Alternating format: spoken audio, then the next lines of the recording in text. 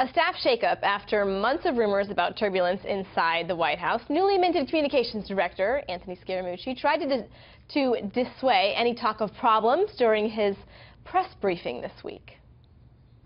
I think the ship is going in the right direction. I think we've got to just radio signal the direction very, very clearly. Okay, ship is going in the right direction. I have a feeling our panel may not agree on that. Let's bring in Mark Levine, a member of the Virginia House of Delegates and a radio show host. And radio show host Josh Kimbrell. He's a contributor for Red State. Gentlemen, I feel like you aren't. This may be a shocker to our viewers. I feel like you're not going to agree that the ship is headed in the right direction. And I'm just going to start with Josh because I think I know Mark's answer. I think the ship is heading in the right direction if we get back on message. And I think that's the whole point of this shakeup at the White House, is that conservatives back in South Carolina are frustrated that Obamacare is still the law of the land, and here we are almost in August. I think we're all concerned that there's no tax reform package been passed.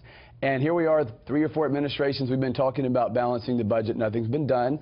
So we want tangible wins, and the bad communication strategy has been an impediment to that. And I think that this shakeup is an opportunity to, what should we say, press the reset button, Mark? You know, I'll tell you, it's hard for any communications team working with this president. I feel sorry for Sean Spicer because he comes out, he says something, he says, well, he didn't fire Comey because of Russia, and then the president goes on NBC and says, yeah, I fired Comey because of Russia. The president is undermining his own staff. Whatever they say, he's going to change his story 2 minutes later. You heard Anthony say, listen, I answer and I'm reporting directly to the president. So it could be, they're going to be a more cohesive unit now. But then the president's going to change his mind. That's the key. He could tweet something else any moment. That's the key. Now, I would agree, believe it or not, I'm going to say I agree that the president needs to not undermine his own communications team, and I think that's been a problem. But Scaramucci reporting directly to the president, not having Sean Spicer report to Reince Priebus, is a good thing, because Scaramucci and Trump seem to have similar personal dynamics.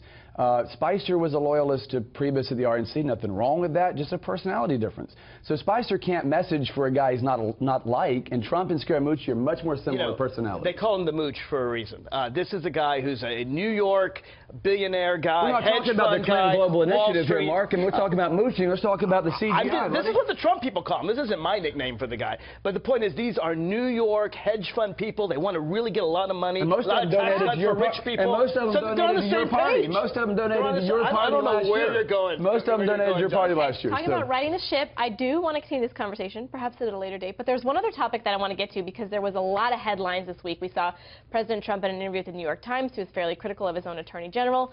Then we had a Washington Post report on Friday night that there was more information coming from U.S. intelligence agencies. This is reported then, not confirmed by Fox News, out of the conversations that the attorney general allegedly had with Kislyak. I want to get your takeaway. I'll start with you, Mark, and then Josh, you can respond from those headlines this week. Those are two very big stories. It's a very big story. For all the jokes on the communications aside, when the lead law enforcement officer of the United States has committed perjury. He said under oath he had no connection with these Russians. And now we find out not only did he have connections, but they were talking about the campaign.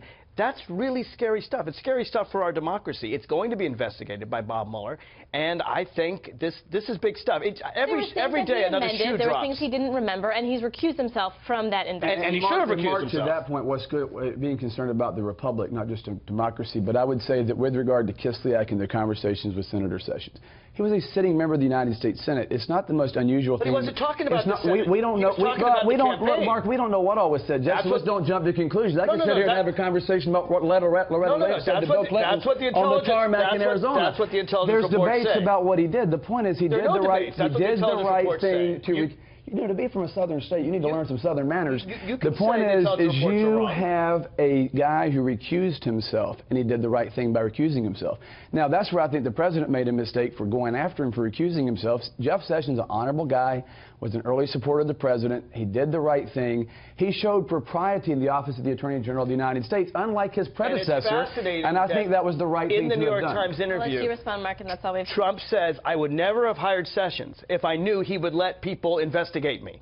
And that's kind of like saying I'm guilty. And so I don't want anyone investigating me. It was a bad choice of words on that, we'll agree. It was a bad choice of words on that, we'll agree. I think that he should have let Sessions do what he did, and it was the right thing to do. All right, well, Josh got the last word. Mark, sorry. It happens. Josh, Mark, thank you both. Very interesting, very lively. Thank you. Thanks, Josh. Thank you.